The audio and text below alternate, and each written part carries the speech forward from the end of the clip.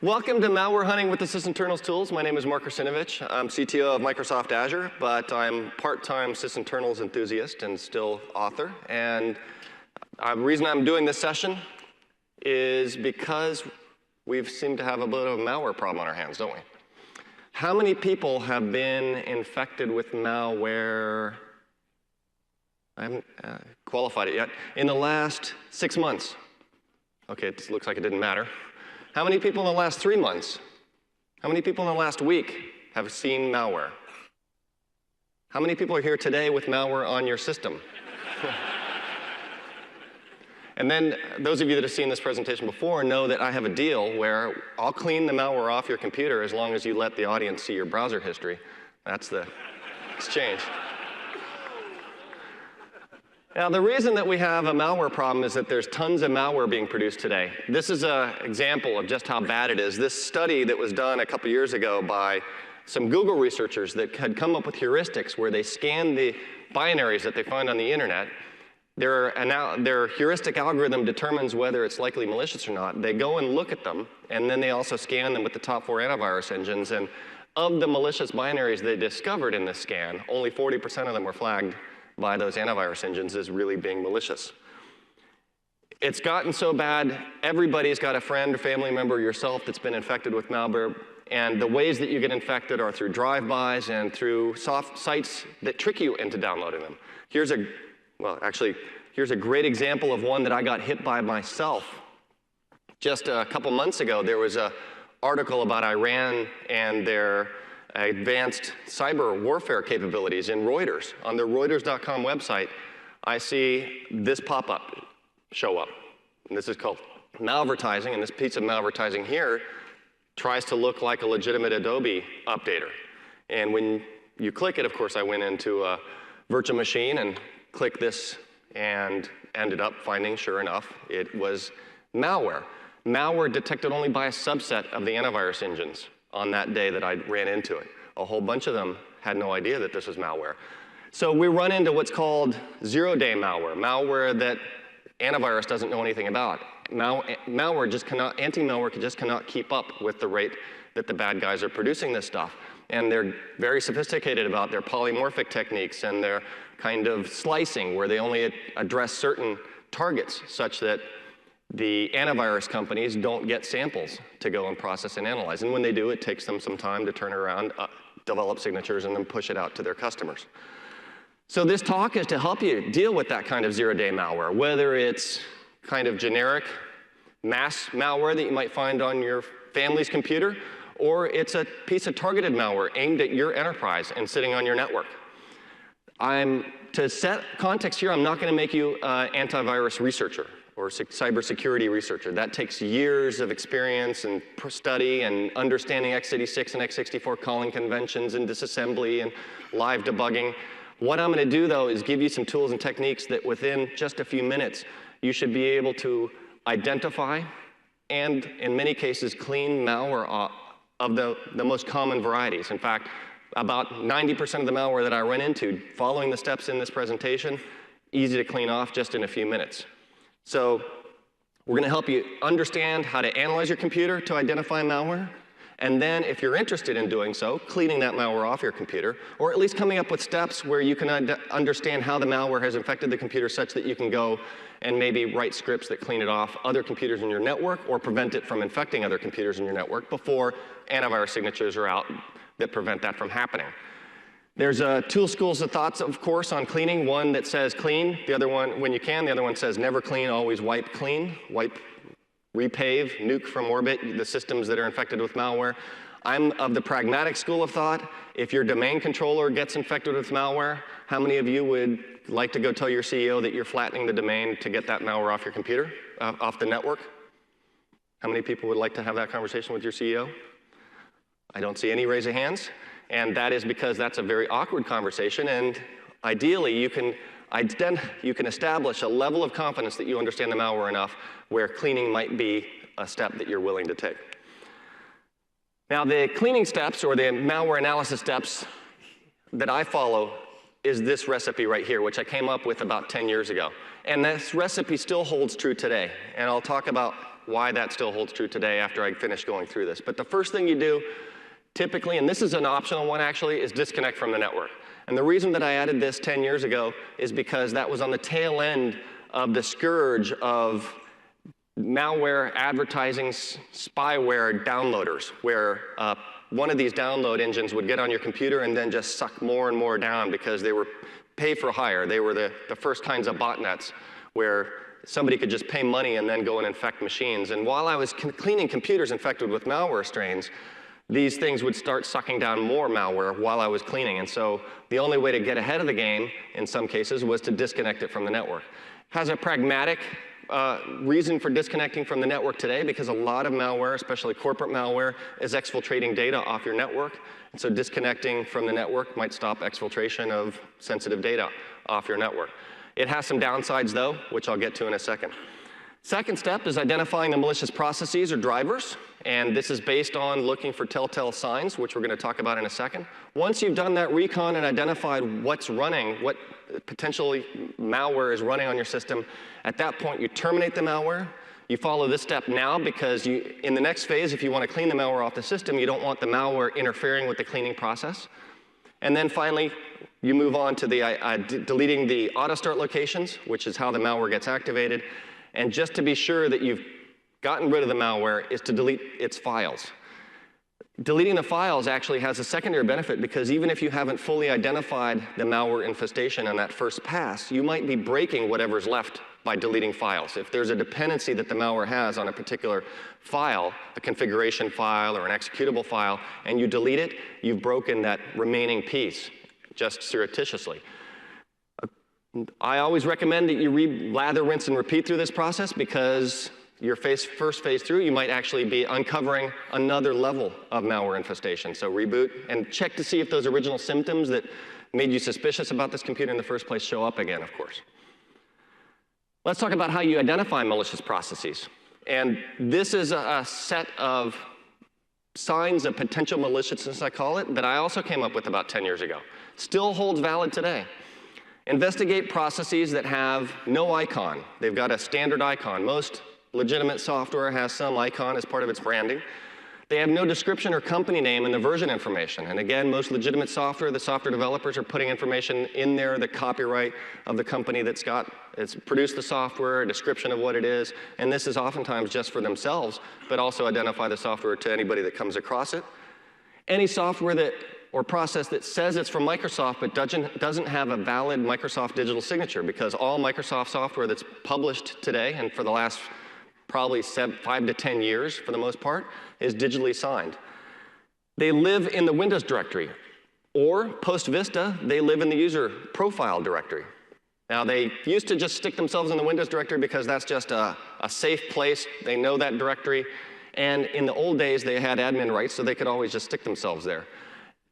Post-Vista, everybody's running UAC. A lot of malware can do whatever it wants to do, even with standard user rights. Malware authors are software developers just like everybody else, so they've been trained to write software to work as standard user, and so they'll stick themselves in the user profile because that's what they can access without admin rights. They're packed. I'll talk about what packed means in a minute. They've got strange URLs in their strings. So inside the binary, there are strings, IP addresses pointing off at random parts of the world, China, Russia, North Korea.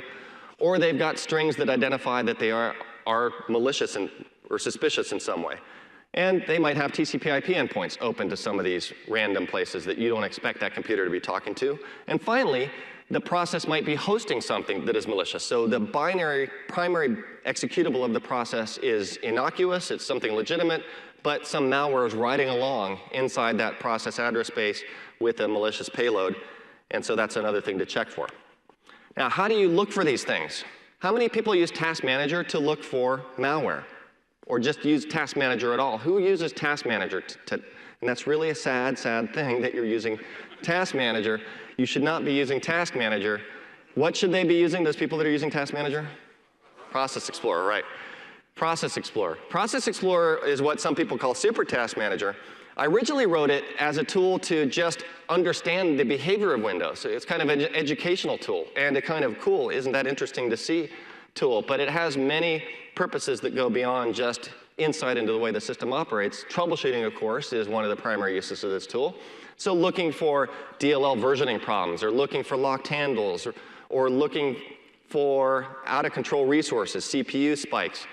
But it's also got use as a malware hunting tool. And I've even added a number of features that are specifically targeted at helping you hunt down malware. And that's what I'm going to focus on in this presentation. Let's go ahead and launch it to take a look at how it operates. So here it is. And the first thing that's different for those of you that haven't used Process Explorer, that's different from Task Manager, is the tree structure of the process list that represents the parent-child relationship of those processes. So you can see, for example, services.exe is a parent of this service host, and service host is a parent of these processes right here.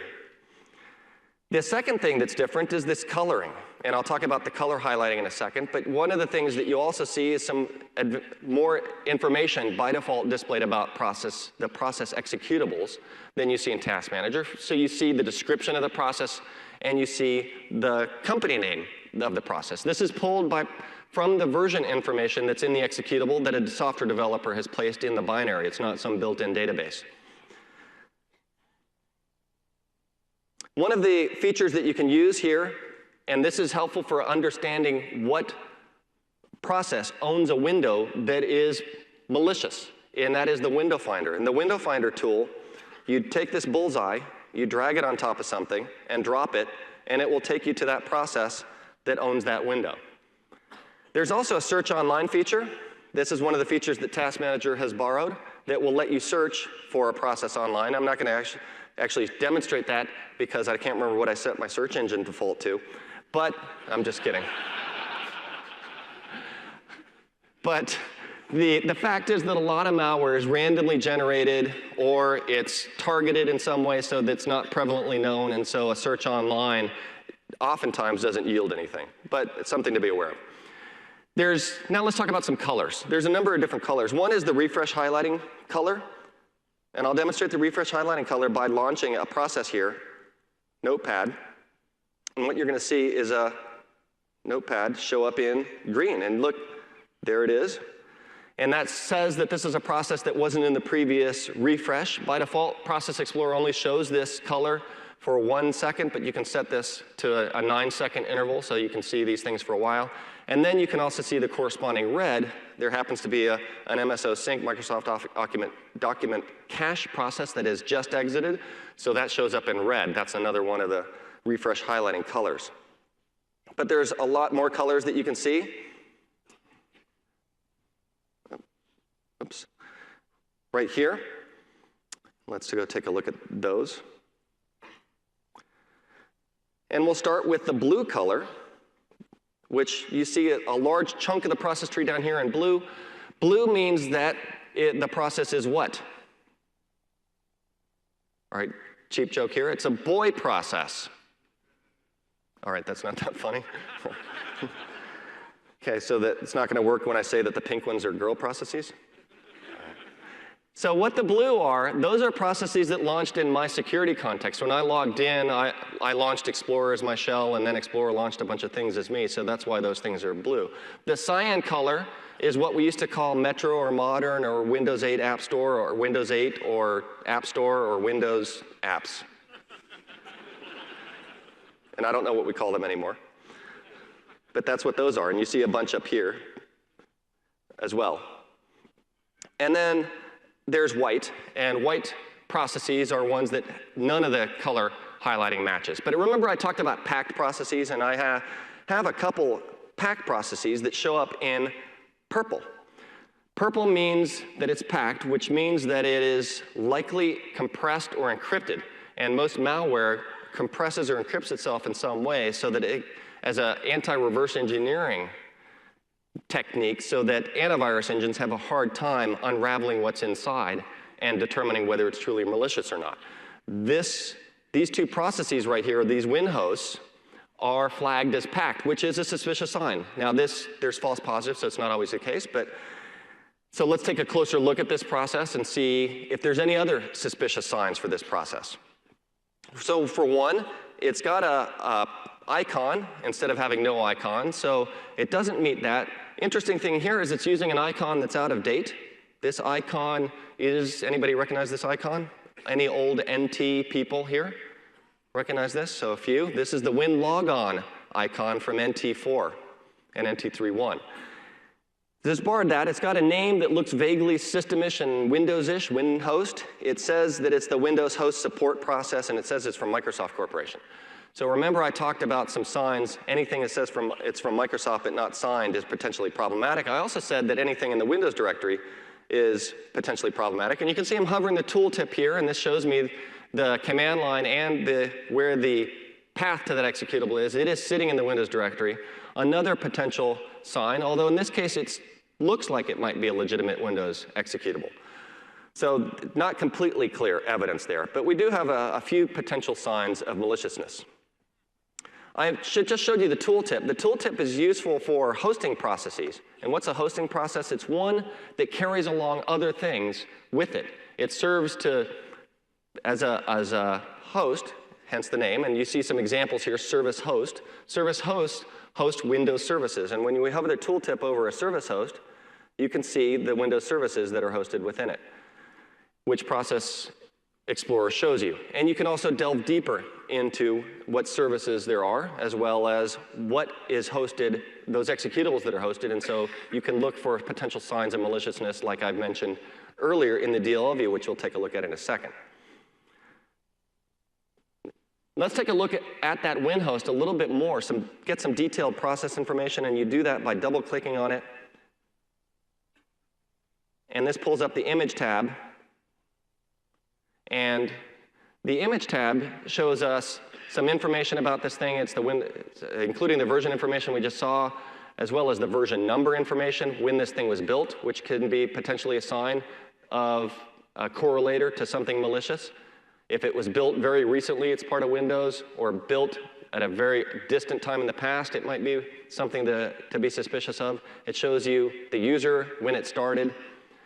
And then there's a bunch of tabs, which are more focused on troubleshooting, performance graphs, environment variables, the security context. The TCP/IP tab shows you any open TCP and UDP connections or ports.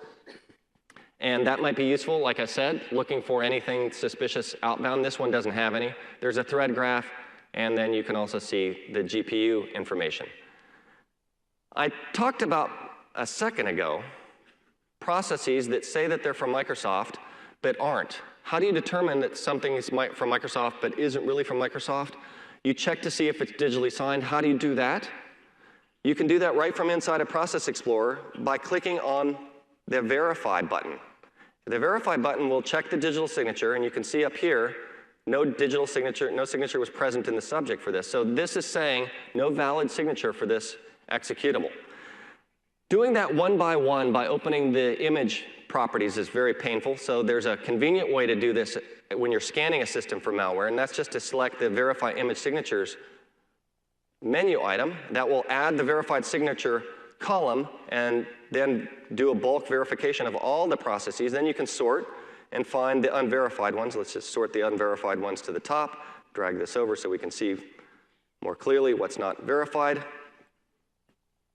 And then you can see that for some reason this search UI process isn't. This is part of Windows, so I need to go look at that. I hadn't noticed that before. You see the WinHost, both that say they're from Microsoft, say that they're not. They don't have valid digital signatures. So that is just another sign pointing at this thing as being malicious, besides the fact that it's packed. And then there's some Zoomit, which is a debug version of Zoomit that I'm running. And then this legitimate binary from TechSmith, which creates the Snagit tool that I use for screen capture. They didn't sign this binary, although they signed most of the rest of them. So in general, anything that's not signed is something to be suspicious of if you've got a system that you suspect is infected. But one of the features that I recently added about a year and a half ago to Process Explorer that really raises the bar in its malware hunting capabilities is VirusTotal integration. How many people have heard of VirusTotal? So quite a few. This VirusTotal, for those of you that haven't heard of it, is antivirus as a service, or AS as I like to call it. And this is where you can upload hashes or actual binaries and have VirusTotal service scan them with 40 to 50 antivirus engines and report the results. It doesn't come back as a malicious or non-malicious because sometimes there's false positives, and sometimes some antivirus engines recognize something as malicious where the other ones don't. The way that you have Process Explorer check for maliciousness is to go to the options and say VirusTotal, check virustotal.com. That adds the VirusTotal column. Let's drag that over. And it's going to submit the hashes for all the binaries of all the processes in the view, and then report them. Now we sort it by this. And you can see there's a whole bunch of unknowns. And that's because this is a relatively new version of Windows, and so these binaries have never been seen by VirusTotal before. If I want to scan something that is unknown, and you might run across malware this way, you can say submit to VirusTotal, and that will submit the file. And then there's a URL here that you can click that when that result is there, you'll see the results in this page on VirusTotal. You'll also see the results shown here in the Process Explorer display. The ones that show up as potentially malicious here, I see few. Like Zoomit is flagged by 1, and WinHost is flagged by 3 of the 55 engines that VirusTotal has scanned this on. Let's go click on that. And did I click on? Oh, here it is. And so this is interesting because the original file name for WinHost is buddy. This is a synthetic piece of malware that I created. The interesting thing about this is that I've never submitted WinHost to VirusTotal, I don't think that I remember.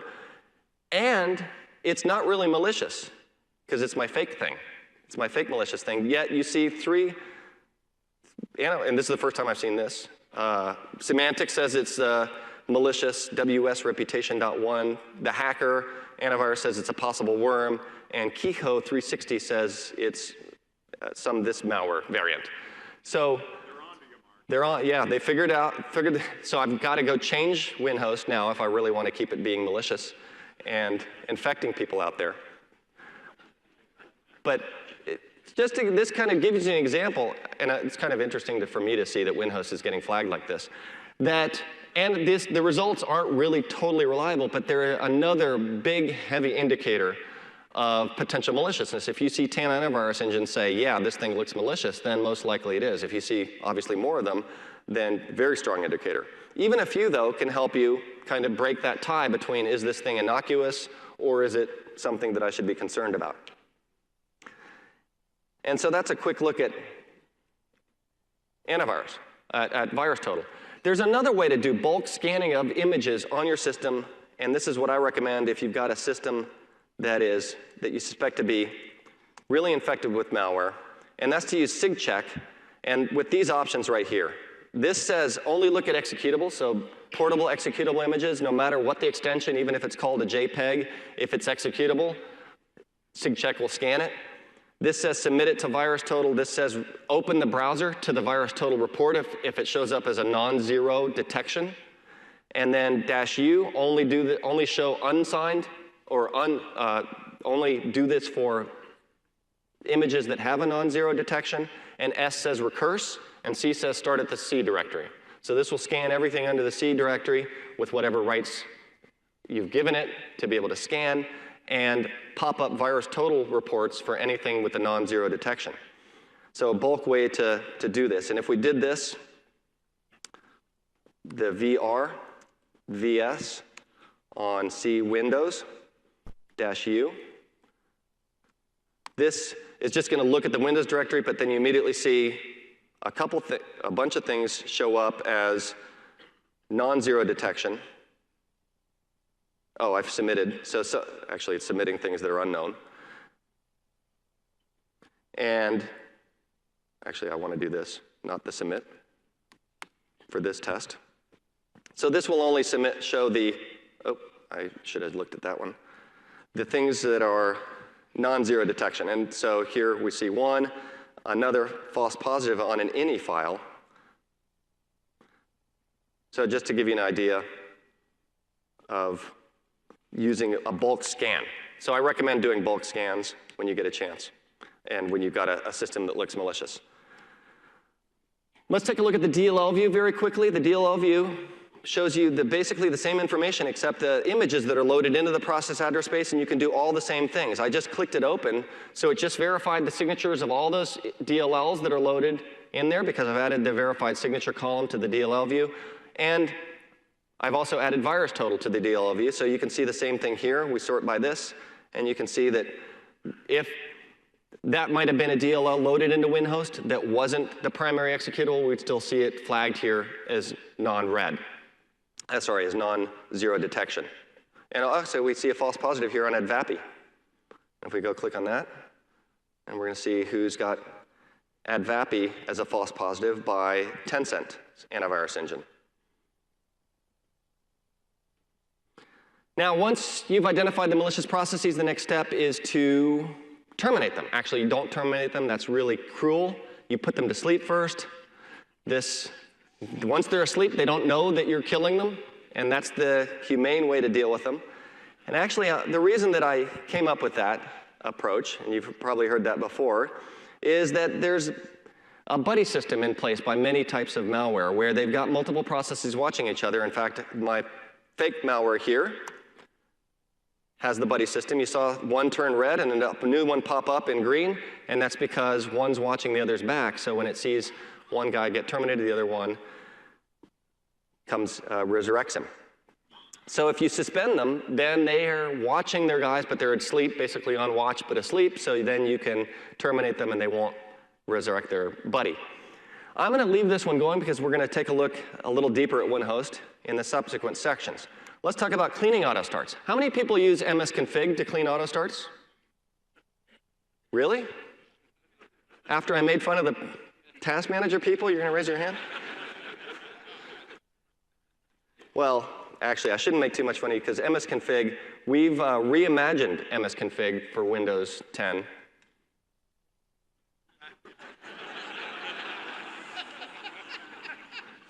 And actually, Task Manager does does about the same level of decent job of looking at startups as msconfig, but it falls way short of really giving a look at what's going on in your system. And so I'm going to use a tool called Autoruns, again from sysinternals.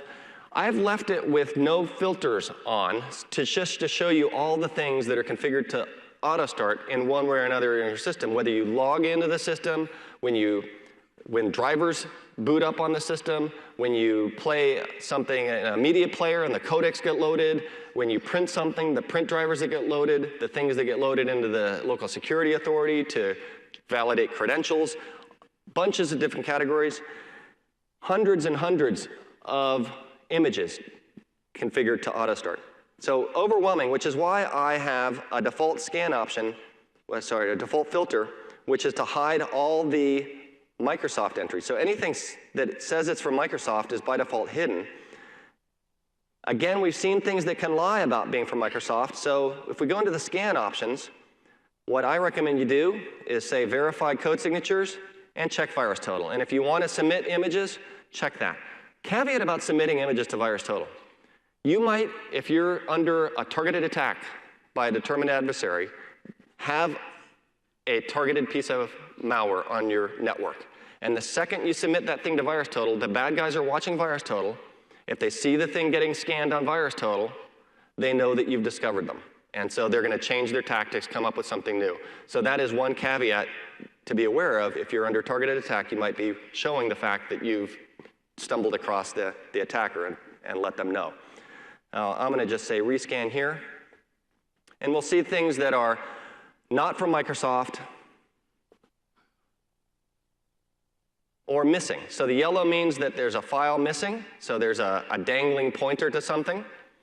And the pink means that it's not digitally signed. White means it's signed, but it's not signed by Microsoft. So this really filters out all the core pieces of Windows as well as any Microsoft software that's on the system. And immediately what jumps out are WinHost and Zoomit, the two unsigned executables we saw. So this is how you would determine that WinHost has an auto start location. It's sitting in HKey, a very common location for auto starting malware, HKey current user software Microsoft Windows current version run. You can see that when I Click on it. There's some information down here about it. Its size, timestamp, its version information. I can right-click, and I can jump to that entry in the registry. So there it is. I can also search online for it. I can jump to the particular image in Explorer to take a closer look through the shell. I can, if it's in Process Explorer, I can have Process Explorer jump to it and open the image properties for it. So a bunch of different things you can do here. Now, of course, once you've identified something is malicious, like we've done for this WinHost, the next thing to do is not to delete it, because you never want to do something you can't easily undo. So that is to disable it. So you disable just by checking. So at this point, we've supposedly cleaned this thing off, because in the previous step, let's just pretend we've killed WinHost, and now we've disabled its auto start. But let's just say, for the sake of argument, that even after I killed WinHost and disabled it, look at that. It somehow came back. Now, how did it come back? That's where we turn to our next section, which is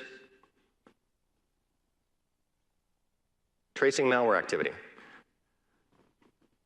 And tracing malware activity is useful in cases like this, where malware is still active on the machine. I haven't identified what it is. I've cleaned some auto starts of the malware, but it gets repopulated.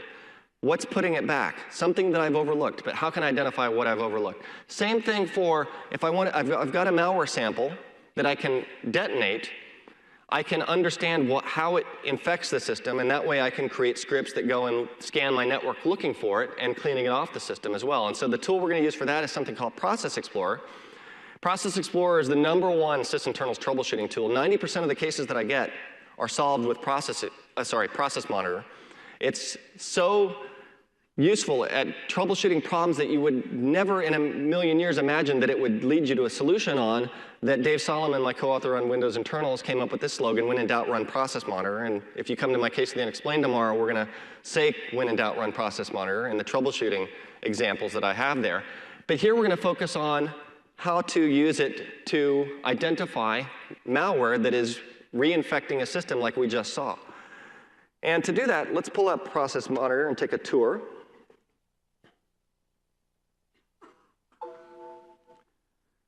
And by default, it's just going to start collecting everything. It shows you a few different columns of information. For each row, you see the process name.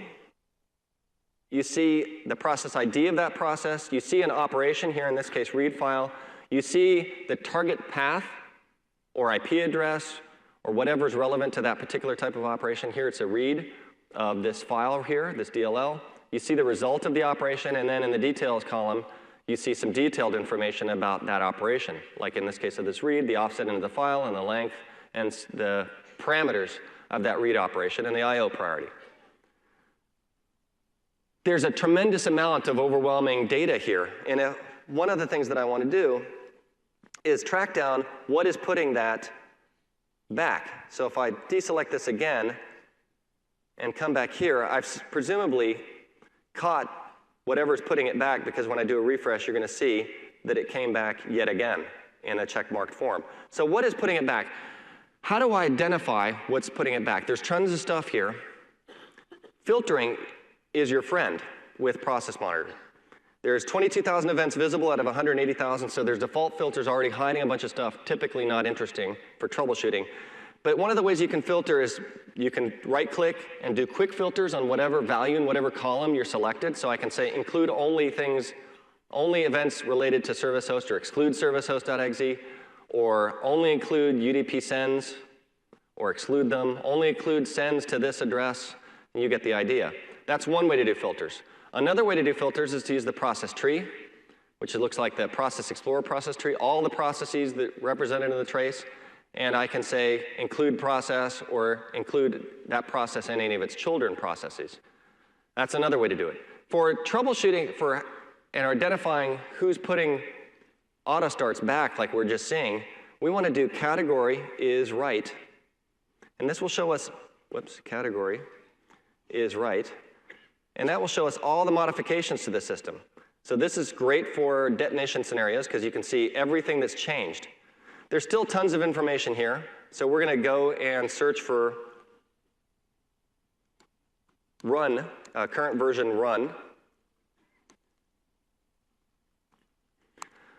Whoops. Current version run.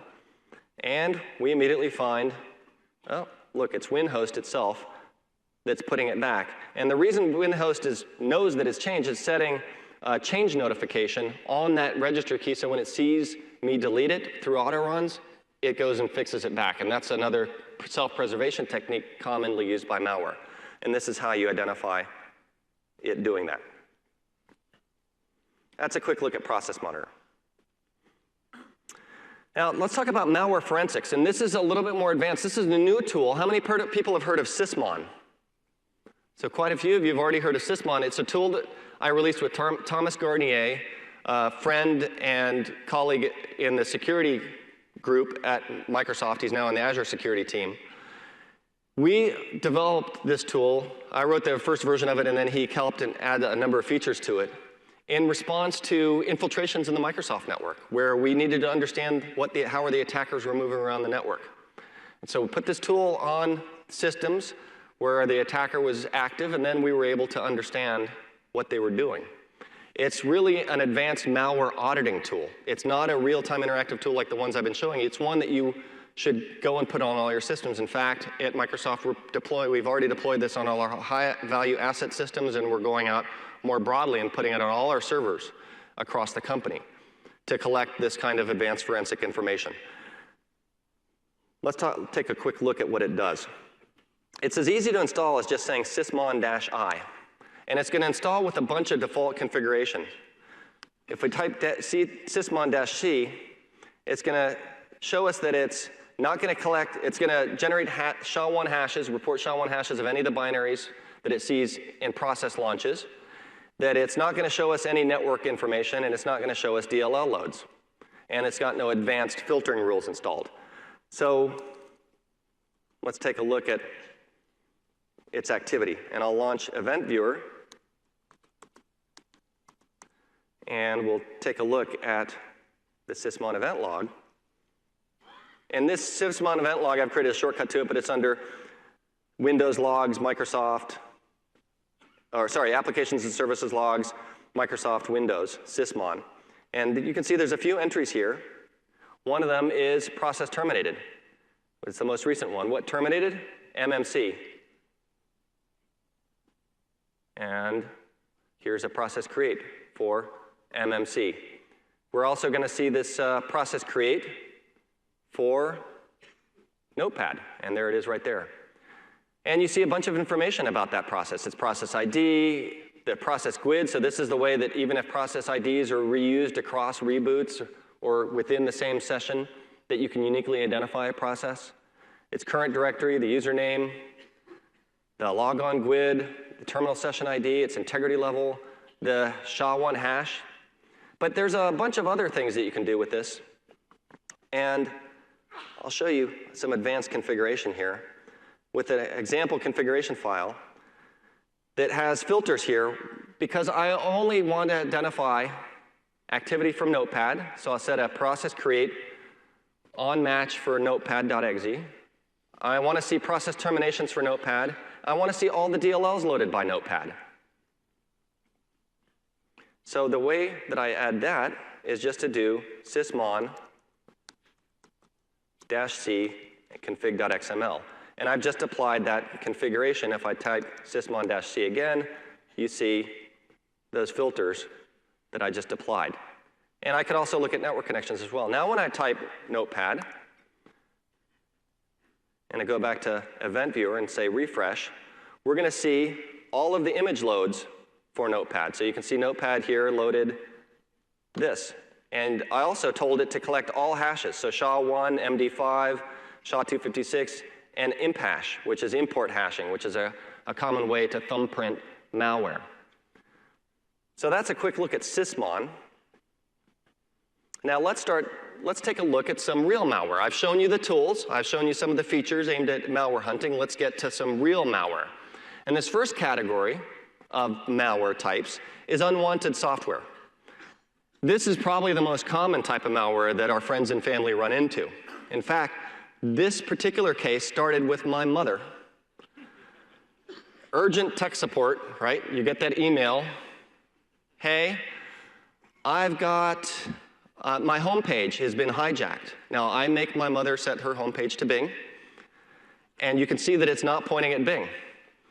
And she's also getting this toast popping up, saying her system's not backed up. Well, I've configured her system to be backed up, so she knows that something's wrong here. This thing is bogus, but she has no idea how to get her homepage back. When she goes and tries to reset it back, it stays at this thing, and she still continues to get this post. So she calls me up and says, hey, can you take a look at my computer? So I go after the backup toast first. How did I go up the backup toast? I've already shown you the Windows Finder, and I drag the Windows Finder over the backup toast, and it flags this, mypcbackup.exe, here from mypcbackup.com. This is unwanted software. So what I did with that was just simply to delete that process, to kill that process, and then I went to auto runs, and here I found it sitting here in the services part of the registry. So I disabled it there. So that was the toast. Now the next thing was the home page. So first I went to her homepage settings, and there it is, bing.com, sure enough, just as I'd told her. So something is somehow hijacking the homepage. How is it hijacking the homepage? So for that I turned to Process Monitor, and let's go take a look at Process Monitor. And here's the log file that I collected that day. And I went to the process tree on the trace, and I went to find Internet Explorer. Where is it? Internet Explorer is right here. And I said include, or it said go to event. And I said close. And now I double-clicked and took a look at the command line. And look at that. It's right there in the command line. And by the way, if I entered that in the browser right now, that would take me to the exact same page that she was seeing. So how's it getting in the command line? Well, I took a look at the process create from its parent, Explorer, and you can see that it is passing in that command line. But I didn't see anything in auto runs that would be hijacking that command line. And when I took a look at inside of Explorer to look for potential malware sitting in here, I didn't see anything suspicious that might be sitting inside of Explorer and hijacking that malware. So mystery here. How is that getting set? And then what I did was I took a look at this. If I take a look at the stack here, I see that it's, I clicked on the taskbar, Explorer, Internet Explorer log icon there, and that's what it launched. And this is what's launching the taskban, which is actually a shortcut. So then I realized it's probably hijacked the shortcut based on what I just saw right there. And sure enough, I go and look at the shortcut, and there it is in the shortcut as the command line to launch IE, that home page. And so deleting that, now we got the home page back. So I was really proud of myself, and my mom was bragging to all her friends at dinner about her son and how he cleaned her computer, and you know, he's the computer whiz that came over and like, you know, did it. And then, like a month later, she's like, hey, I'm getting pop-ups from Defender. And I thought you cleaned my computer from malware. And so I'm going, what? Okay, how'd that happen? Because you know what, I'd also, at the time she'd gotten that, I'd taken away her admin rights, so I was like, how did she get reinfected? And here you can see that Defender's like cleaned a bunch of crap off her computer. So I installed sysmon at that. I made her standard user. She still got reinfected. I installed sysmon, hoping to understand how she kept getting reinfected. So sure enough, she calls me up a week later. She's like, I'm reinfected. I've got crap popping up on my computer. Whoops, crap popping up on my computer. So I go and connect to her system, and I take a look at the sysmon log. And so let's go take a look at the sysmon log. And I go scanning through it. And this is kind of a tedious process, but I'm like intent to figure out how this thing is getting reinfected. And I come across this.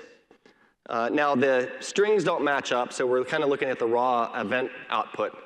but you can get the idea here. There's something here, and this correlates actually with what I saw in the antivirus logs. I saw that MSEE Defender had cleaned something called dirvinst 2E. So that's what I went searching for in sysmon log, and I came across this entry right here. Of course, I saw the one where MSEE was setting the timestamp on dirvinst and quarantining it. I saw that in the sysmon log, but then I went further and found this entry, which is dirvinst installing something called Offers Wizard, which was one of those pieces of malware that Defender had cleaned off the machine as well. So how did dirvinst get installed? And by the way, look, it's in the temp directory in the user profile, a great place to go hide and launch from. So I search for update.exe, updater.exe, because that's the parent process. So how does updater.exe get launched? Updater.exe, and I come across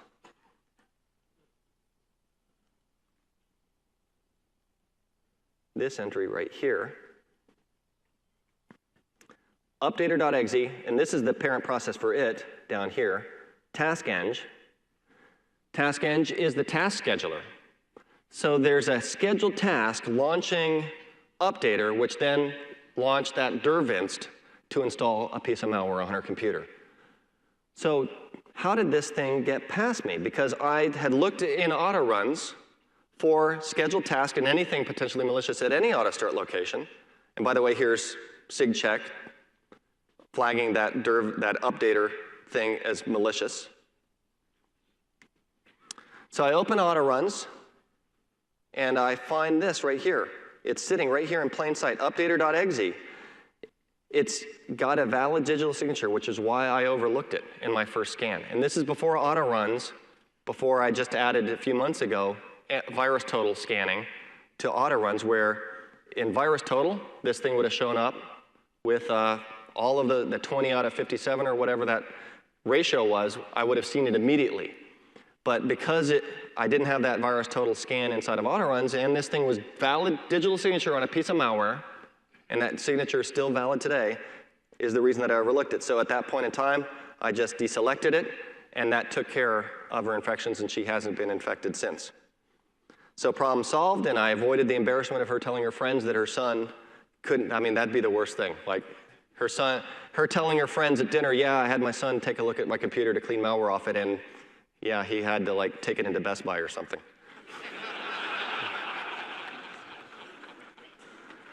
All right, let's talk about the next category of malware, and that is scareware. How many people have seen scareware? So quite a few of you have seen scareware. My favorite piece of scareware is this one. This isn't me doctoring it. This is a real legitimate piece of scareware that says it's from sysinternals, that trusted brand in antivirus. And of course, the thing that really annoys me, I mean, I like the promotion of the brand. The thing that annoys me, though, is that they don't have a link to sysinternals anywhere on here. So people aren't able to come and browse the site. What's even more flattering than this, though, is malware where they put my name in the publisher information.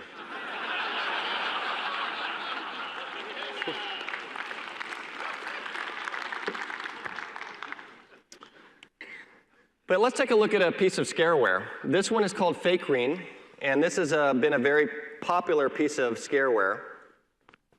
And this one was a lot of fun for me, and I'll show you why it was a lot of fun. Here, I've got it running. I've got it right here. So typically what I do when I demonstrate malware, and I'll do this for the next one, is I've got the tools running so that we can see what the malware is doing as it infects the system. But that's not going to work in this case. I'm going to launch this, and it's going to start scanning my computer. And just like any good fake anti-malware, it's going to start finding stuff on my system, like a child porn proxy server, which is it's going to scare the crap out of me. I haven't seen that be flagged that way before, and I guarantee you there's nothing like that on here. And the funny thing about this one to me is config.sys, which is a DOS file, DOS configuration file from like 1985 that it's using there. So some hackers that have been around for a while have made this. Then you see security warnings pop up, and you saw the command prompt terminated. So can I use my system? How about launching Notepad or Calculator? Will that work? No, and say calc cannot start. It's infected by the blaster worm. So these guys definitely have been around for a while. How many people remember the blaster worm? Okay, everybody's been here for a while. So this one poses a challenge. My system appears to be unusable. When I try to run the sysinternals tools, so let's try to run Process Explorer. I can't run it. Same thing's going to happen with auto runs as well. So how do I go about cleaning this? There's a couple of features in auto runs that I skimmed over in the slides. One of them is the ability to scan the system offline. So if you boot from a Windows to Go or Windows Portable Executable or pre-installation environment, Windows PE image, you can take and launch auto runs, point it at the offline Windows directory, and have it perform a scan. And that would show us the auto start location for this thing, and we could identify the binary for it and then disable the auto start from outside a running environment where it's going to interfere like this. I consider that cheating, though. That's just like my goal when I run into something like this is how can I defeat this thing without having to resort to offline mode. And so let's see if I can figure that out. And so that's kind of processes that I'll follow is I'll try to run desktops, my desktops tool, which will create a secondary desktop, and sometimes it only looks for executables on the same desktop. So there's a previous malware hunting delivery I gave a couple years ago where I show bypassing the scareware with running the sysinternals tools on a secondary desktop. That won't work in this case. It terminates desktops as well. Another thing that I try is if the system boots, this fake anti-malware launches after the boot. If the boot process between the time that I'm able to log in and this thing launches and starts locking things down is long enough, I can get the tools up and running. So sometimes I try to beat it by getting into that window. That didn't work with this one. The other technique that I follow is to give this thing innocuous names, gave my tools innocuous names like paint, and see that if maybe a lot of these things have a whitelist, and sometimes copying MS Paint into the Windows directory, because it's got a whitelist that says anything in the Windows directory, go ahead and let run. That'll work, but that won't work in this case either. It'll block that. So this one had me stumped for a few minutes, and then I'm like, wait a minute. There's one process that it's letting run, and it's looking at me right in the face. Explorer, I hear some people saying it. What happens if I do this?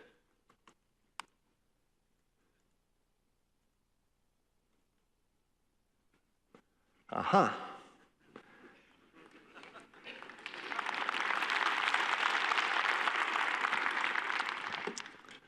All right, I think it was worth more than that. But and then you can see that this thing stands out like a sore thumb. Well, first of all, it's got a random name, and that's just because the sample itself had a random name. So this thing is most likely on a real infected. So this is a sample that I got from the antivirus team, anti-malware team at Microsoft. In most cases, when it ends up on your computer, it's going to have some random generated name, something that looks quasi-real. But you can see that it presents itself as being something vaguely UAC token service. So you can see these guys, they like UAC in Windows Vista a lot, enough that they name their malware with that. ArcSoft, kind of similar to ArcSight. So these guys are real computer guys that have made this thing. And now with the benefit, though, of virus total integration, we can see, wow, this thing has a very high hit ratio on virus total. And if we suspend this, now, it's out of, you can see it's dark gray, it's suspended. We can launch IE, which it would have normally terminated, and we can see all of the antivirus engines that flag this thing as malicious. And you can see a whole bunch still, though. Just again, reinforcing that point about zero-day malware. A lot of antivirus engines here that don't yet have a signature for it. And this thing is pretty old at this point. So if you came across this and you had one of these on here, it's going to slip right past. Next step, though, to cleaning, auto runs. And now this thing is suspended, so we can run auto runs. Let's go take a look at what auto run shows us. And we're sitting here, right here, in HKey current user software, Microsoft Windows current version run, the exact same place where I had WinHost running. There's two unsigned executables, zoom it just like we saw before, and this thing, which is advertising itself as privacy protection UAT token service from ArcSight. It shows up in pink because it's not digitally signed. It also shows up because I had the virus total scan as being a positive count. So this thing, just within a second of running auto runs, I immediately can see where it is, and I can immediately disable it. Although in this case, yeah, you can see that it's got two instances. It's got this other thing here called sysmon. Oh, that's my thing. So it's got that one thing right there. This is sysmon that I also had running on that machine. And then you've got a couple of dangling references here. So that is working around this scareware that had taken this system hostage, and with a few minutes of the sysinternals tools and even going about it a little bit the hard way instead of the offline mode, I'm able to work around it and clean it off the machine. This next case, how many people have heard of ransomware? Has anybody been hit by ransomware out of curiosity? Wow. Anybody in a business, anybody had your business hit by ransomware? Okay, that is pretty ugly. Let me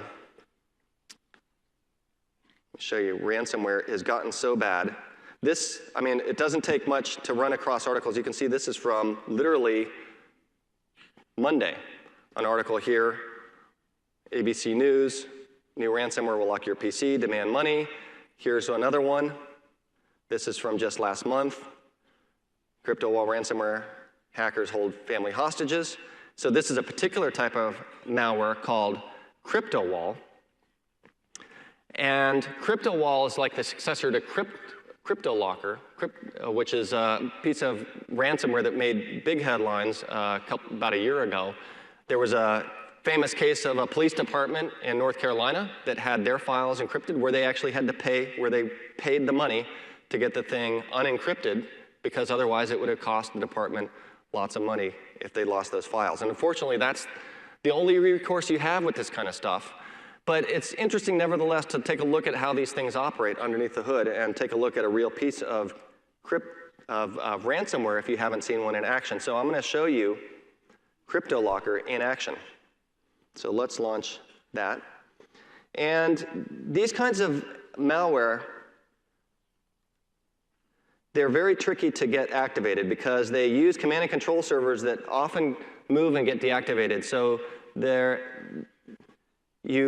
as far as showing you live demonstrations of the thing actually encrypting a system or taking it hostage, you've got to be within that tight window of the command and control servers being active. It's kind of tricky to do when you're doing a presentation in front of people. So I've already got this thing active on this machine, on this virtual machine, and this is what the experience is for a user. You see this warning pop up, this message pop up. It's kind of a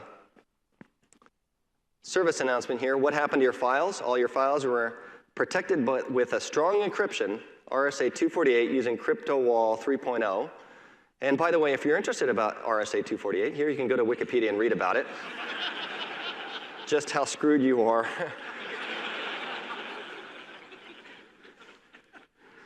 And so it's showing you this thing as a picture. And he's like, okay, that's fine. Well, in case you didn't read, in case you couldn't get the picture of this, let me connect to the internet. Make sure. Let's see if I can get this thing to pop up here.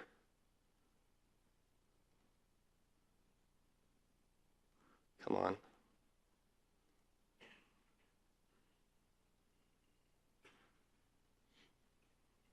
Okay, looks like the internet. network connection on this virtual machine is not going to cooperate. But this would be showing me a same kind of warning dialog box. If I close that out, you see a notepad back here, which is giving me the same information except in text form. And by the way, here are the payment instructions too. You can see they're using Tor, the Tor network, for all these payment endpoints. And in fact, this thing, by the way, if this virtual machine is able to connect to this network here, is still active. So I could still type in this CAPTCHA and it would still take me to a page, which would be entering the decryption service for this thing. That's how hard it is to lock these guys down. And you can see I'm sitting here on the desktop, there's the various warnings, messages about how I am infected. Now what I've done, so what's the impact of this infection? If I go take a look at the files that I put in my pictures folder, well, actually, let me show you a post-infection here.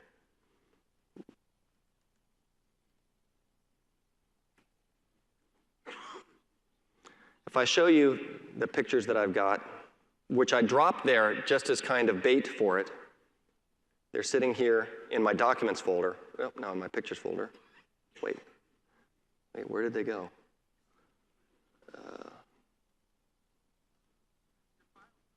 Yeah, where did my files go? Oh.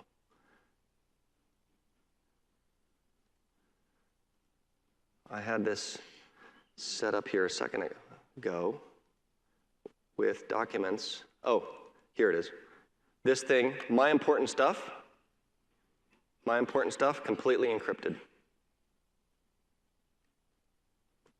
And my important stuff, where's my important stuff?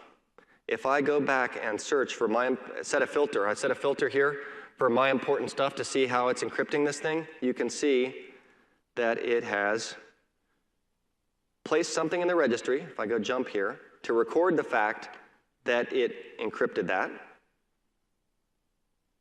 And it's sitting here, right here, showing me all the things that it's encrypted here, including the keys that the public half of the keys that it's used to perform that encryption.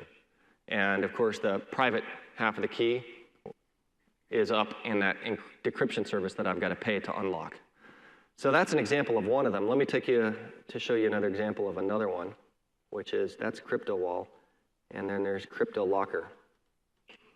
Oh, that's Crypto Wall, yeah. And Crypto Locker, Crypto Wall is a very similar example of malware. But at this point, I'm pretty much in trouble. Unless I've made a backup of the software, the sysinternals tools are ineffective, of course, at getting those files back. The sysinternals tools can help me clean the software off the machine, and you can see here, if I go to auto runs, exactly how this thing has infected the computer so that it shows me those warnings every time I log into the system so I can get rid of those. So, and potentially, if I am able to get those files back, then I can at least address this and get the system usable again. But unfortunately, there's nothing I can do other than pay the ransom or get the backup or just kiss those files goodbye, which is why these things are so insidious. Now, the next thing I'm going to talk about is the way that we use Sysmon at Microsoft, and this might be something also useful for you to use on your own, and that is as a detonation chamber. So we create virtual machines that we launch malware into, and you have Sysmon watch what's going on. So in other words, this is kind of an automated way of basically having process monitor, but process monitor with filters and generating hashes that are useful for picking up malware. And one of the ways that we use detonation chambers at Microsoft, we've got a program called Sonar. It's used by the Office 365 team and the IE team to detect malware that is bypassing protections in our software. So bypassing the Office sandbox or bypassing the IE sandbox or bypassing UAC to get out so we can understand what the malware is doing. This is an actual trace of a zero-day RDP UAC bypass. So, zero-day RDP ActiveX sandbox escape from IE followed by a UAC bypass. And the way that you can see these are pulled right out of the sysmon logs that the sonar system generates, the image here, the command line, and then the parent and the IL. Because malware launching an IE launches at low integrity, anything that shows up after the launch of the malware that is at medium or high is something that has escaped the sandbox. The same thing goes for Office's sandbox. So you can see that somehow it's broken out using this command line to medium, and then you see it jump right here using a UAC bypass, using this right here in the migration wizard to bypass UAC protection and get to high integrity level. And so based on information like this, the teams are able to go back and, first of all, make sure that this malware is flagged, and second of all, to go and see if we can harden the sandbox to prevent these types of escapes and close these holes. So that's one of the ways that we use sysmon extensively inside of Microsoft. So I think basically there's two classes of malware attack here that I'm showing you. One is kind of the interactive response reactive one, which is using the sysinternals tools, autoruns, process explorer, and process monitor to proactively understand malware that's infected a system. And then there's sysmon, which has forensic value on your networks to understand any attackers, whether it's malicious attackers or standard malware that infects your system, and understand how it's behaving. So that brings me to the end of the session. Now, I hope that those of you that are infected with malware right now have gotten the tips to get clean. And if you have, please send me the screenshots and log files so that I can show other people what you've done. The situation here, though, in the big picture, is I've shown you a bunch of tools and techniques for cleaning and understanding malware. And what I've shown you addresses, like I said at the beginning, 90+% of the malware that you're going to run into. 90% of the malware that's running it, it's circulating out there. In fact, it's even higher than that. It's probably 98%, 99%. There's a tiny percentage of malware out there that is very sophisticated and will make it very difficult for you or me even to clean or understand using the tools and techniques I've shown you here. A lot of those are state-sponsored attackers, very sophisticated, that are using techniques to bury deep inside the OS using rootkit type techniques that I haven't shown you any examples of here. But so I just want to make it clear that I haven't given you the silver bullet for identifying malware, but I've given you a very powerful bullet for identifying most classes of it. And certainly most that most people run across. It's still extremely important to prevent, and it's just extremely important to detect the malware, what's on your system. And that was an important piece that I talked about. This golden question of, am I infected right now? If you walk up to any system and say, is that machine infected with malware? There's no way to definitively say. In fact, the first step in all of this is some symptom that makes you suspicious that it is, and that's what leads you down this chase and recipes of going and hunting out that malicious software. So I want to conclude with one thing as we just wrap up here. I've written a number of cyber thrillers. If you're interested in this kind of talk and you're interested in being entertained and read novels, then these books I think will be for you. And this is just a quick little advertisement here. I've written 3 novels, Zero Day, Trojan Horse, and a third one called Rogue Code. One is state-sponsored cyber espionage, one is cyber terrorism, and the most recent one is insider threats with a financial cybercrime bent. And that one, I just want to show you a quick little video here of, just to tease you.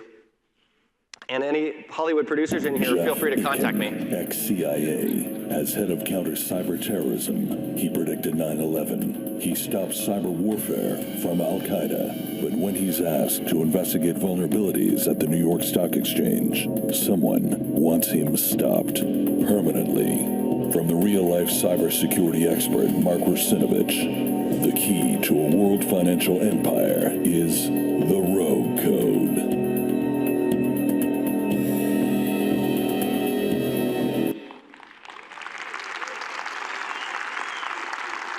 So it took me forever to make my voice sound that way, but I think it sounds pretty movie-ish. And then there's another book, the Sysinternals Administrator's Reference, which is the definitive guide to the tools that I've talked about. Now, this book is close to 3 years old at this point, so it's missing a lot of the features that I've shown you today.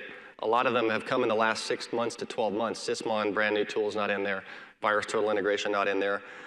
But this book still covers the bulk of the functionality of the tools. So I recommend you get it, even though we're working on a next edition. You can see that I co-authored this with Aaron Margosis, so I let him put his name on the cover down here. And we're working, or at least Aaron's working on writing the next edition, so I actually gave in and made his name the same size as mine. But we're really excited that we've got a foreword here by a very noted person coming on this edition. And that's going to be out probably in 4 months or so. And finally, I'm doing a book signing at the bookstore tomorrow from 12 to 12:30. All these books are in the bookstore. Windows Internal, Sysinternals Administrator's Reference, as well as the 3 novels if you want to come by and purchase a copy and get them signed. And please follow me on Twitter at Mark Rusinovich. And again, please send me any cases that you come across with malware that you're able to successfully clean so I can share those cases with other people like I've done with these today. And with that, I want to thank you very much, and I hope to see you at 9 o'clock tomorrow. I'm doing Case of the Unexplained.